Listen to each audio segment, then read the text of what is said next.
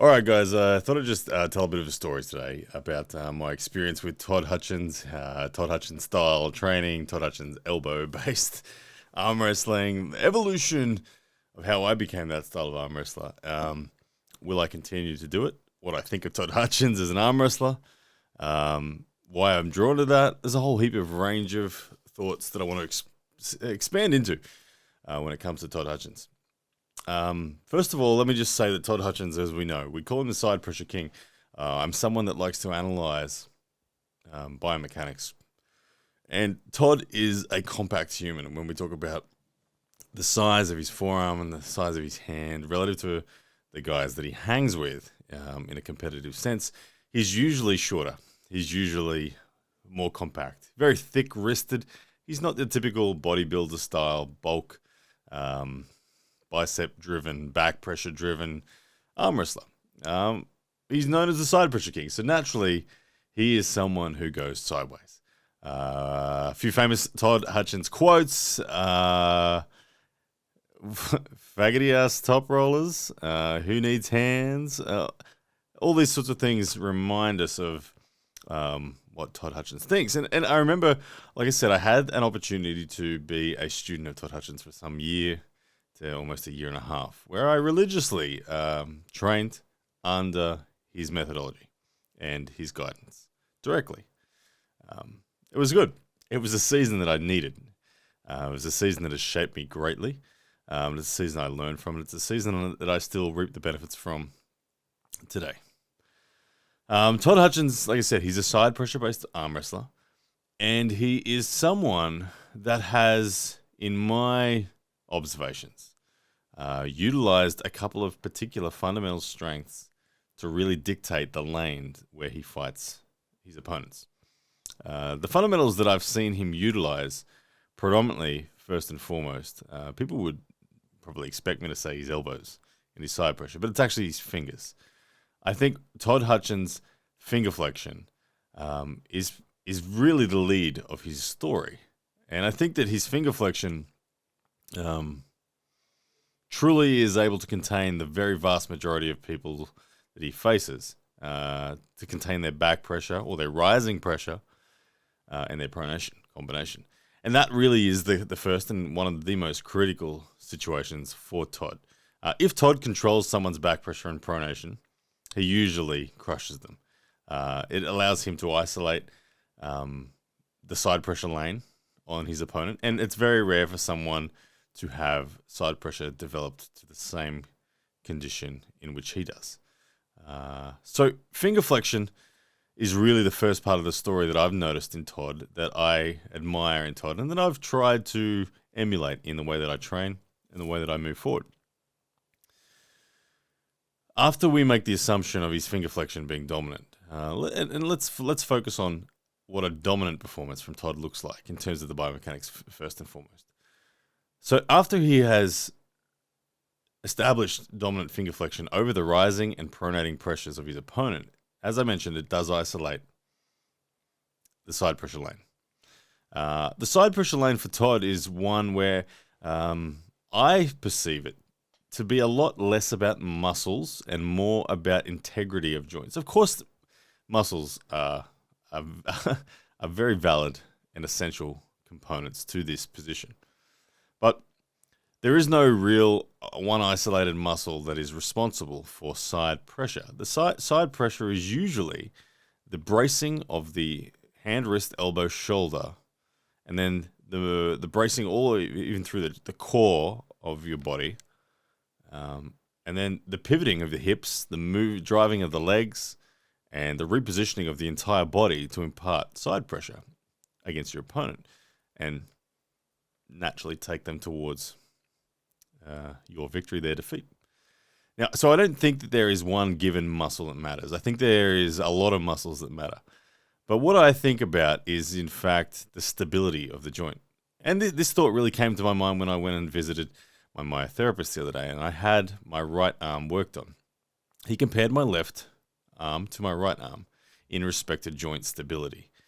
He held the base of my elbow, and he went to laterally move my radius and ulnar. Now, when he went to do this on the right, there was no slack. It didn't move. He then was surprised by that and went over to my left and did it on my left, and my left had plenty of slack. And he said to me at the time, he said, "This is phenomenal." He said, no one else that I've treated before has such stable elbows. Your left elbow is quite stable compared to the average guy, but still it has slack in it. And that's normal for it to have slack in it. He said, it's very normal. He said, your right elbow has no slack at all. He said, even if I use significant force, there's no slack in it. And I think that is an attribute that comes with being a side pressure or joint heavy based arm wrestler, of which Todd Hutchings is, of which I've become.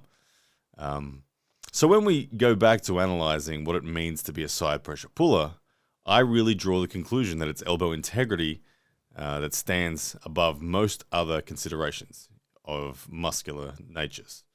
So bicep strength, rising strength, pec strength to control center and keep your shoulder tight. These are all factors. Brachialis integrity, your own pronation is always critical, static pronation in particular. But there is, if we're not going to say internal rotation, even though internal rotation is a direct muscle that, yes, heads in the direction of what we'd call side pressure, it's very rarely used in an isotonic sense. There's no contraction that happens where we move and everything else stays where it is. Okay, it's locked, it's rigid, and yes, those muscles are all supporting that rigid state, but it is a very much a static position where we then move our entire body. And subsequently, I think for most people who attempt to do that against their opponent, it is in fact the lack of stability in their elbow joints, the ligaments and tendons that are involved in those flexors, which there are many of, and don't ask me to quote them please, but there are many of them, those ligaments and tendons in the elbow. I think it is the lack of integrity there and stability that often results in someone backing off on that offense or retracing to a counter attack and attempting to use musculature again. So that's how I see Todd Hutchings as an arm wrestler, where he sits in the world of arm wrestling. I think what he's done is 20 odd years of really focusing on side pressure. I think the integrity of his elbows, it's probably better than anyone's. It's probably better than Levan's. Levan is significantly stronger than Todd Hutchings. There's no doubting that. But if we were to just measure the integrity of an elbow, I would be surprised if anyone on earth has a more stable elbow than Todd Hutchings. One thing about this style, like I said, now to bridge it over towards how this has affected my game, is I have a longer arm than Todd Hutchings. I spent the good part of the first 4, maybe even 5 years of my arm wrestling journey predominantly developing a top roll, predominantly developing hand control. Todd has been all in on this hook side pressure from the beginning. So I have, within my own ratios of force available to me, I have more balance in options, but less development in any one given option. I don't mind that. I like that because my arm is longer than Todd's. My arm being longer than Todd's presents me with a position where I am forced to have a larger variety of counterattacks. Given that I am very middle ground when it comes to the length of my arm, it's not short, it's not long. I'm going to come across various opponents that are taller than me, that are shorter than me. Where Todd, it's very rare for him to come across an opponent with a shorter forearm than him. He struggled when he did so in Rustam Babayev, although he has had success against others like Sasha Andreev. So Todd, what I'm getting at is Todd has the option to just develop that one ace and isn't necessarily needed to go all around. Todd historically has struggled with fast, strong top rollers. Now, if we rewind right back to the beginning when I mentioned his finger flexion, the reason Todd struggles with top rollers at the elite level is because they're able to crack his fingers. Now, be aware that there's a difference between cracking Todd's fingers and cracking Todd's wrist. He's happy for his wrist to go. he still has stability in his hand and wrist, and he can subsequently still access his side pressure if his wrist goes, as long as his fingers are intact. But if you crack Todd's fingers, okay, the house of cards starts to fall down, and people get flash pins on Todd. People like Evgeny Prudnik, now, and of course Todd is due to face Evgeny Prudnik in East vs. West 3. It'd be fascinating to see what that development is, because last time they faced in Moldova, Evgeny Prudnik was one of those guys who cracked Todd's fingers and subsequently was able to pin him very decisively. Matt Mask, on the other hand, great top roller, cracked Todd's wrist, but not Todd's fingers. And that meant a very different outcome occurred. Todd, as I said, still had access to his side pressure, got the job done. So, Todd being short, he's locked into that lane. The way that his style of arm wrestling has affected me is I would actually call Todd's style of arm wrestling my ace. I actually am more of a side pressure, joint heavy puller than I am a top roller.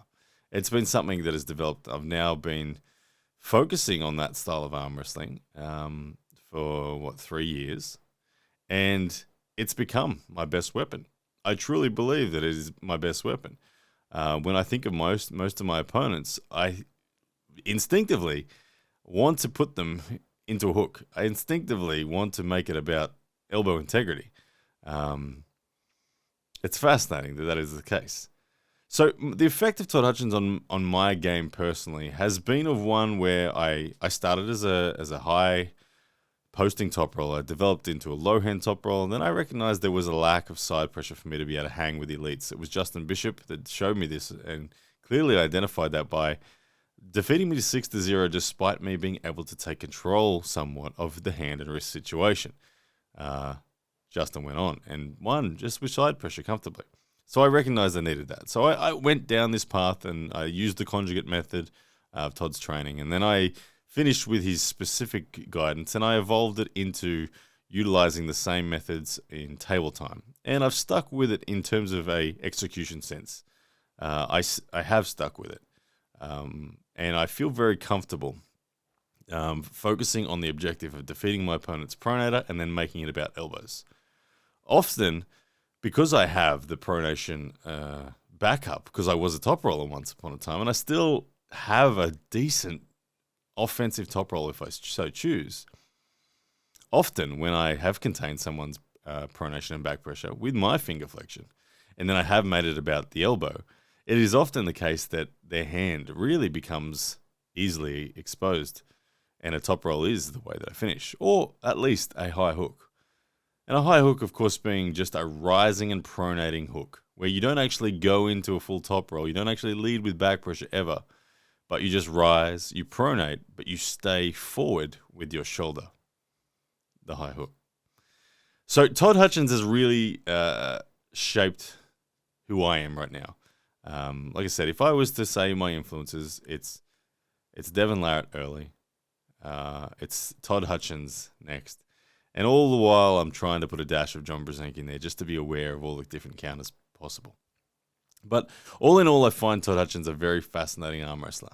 I think his form right now is tremendous. And I think, like I said, I think he is number one in the world when it comes to just the integrity of that elbow. His vulnerabilities, we've discussed them, but how high will he get? He's in a vein of form right now where he's just beaten Jordan Sonev so convincingly. He's got now Prudnik. That'll be a great opportunity for a revenge at a 110 kilo Todd or a 115 kilo Todd or whatever it is they've agreed on. He's a very large Todd, and he seems to have no dramas containing the top rollers. So should Evgeny Prudnik's back pressure and pronation be contained by Todd, rest assured Todd Hutchings is the favorite, and he highly likely, goes on to win that match. Where the balance point may happen between those two is if Evgeny Prudnik halfway takes Todd's fingers. If he halfway takes his fingers, but he's still kind of like where Matt Mask was, he's inside the fingers, but outside the wrist. Especially if we're in the straps, Todd Hutchings won't go down easily, and we start to get a battle. We start to get fatigue and endurance become factors. Ultimately, I guess I want to say Todd Hutchings, one of the most unique arm wrestlers that has graced this sport in his style and his application of strength.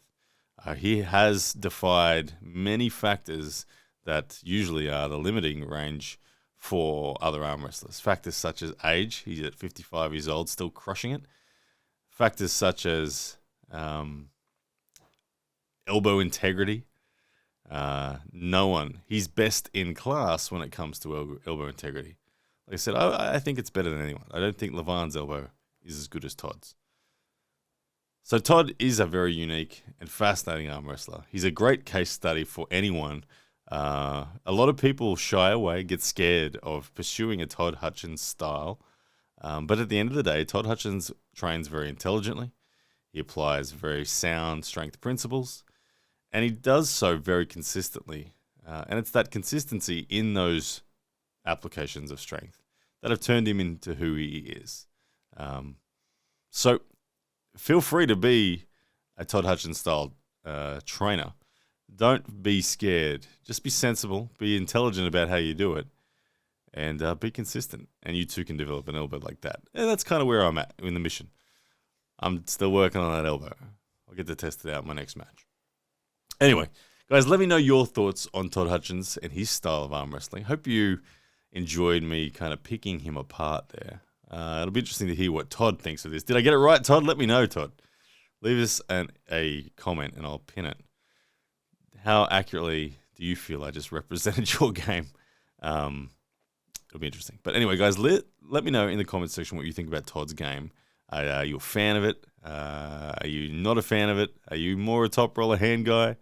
Or are you a joint heavy elbow guy and finger flexion guy like Todd? Wherever you sit, on which side of the fence, I'm sure you all admire his abilities to just keep on crushing it, which he's doing. And we're all fans at the end of the day. All right, guys, take care.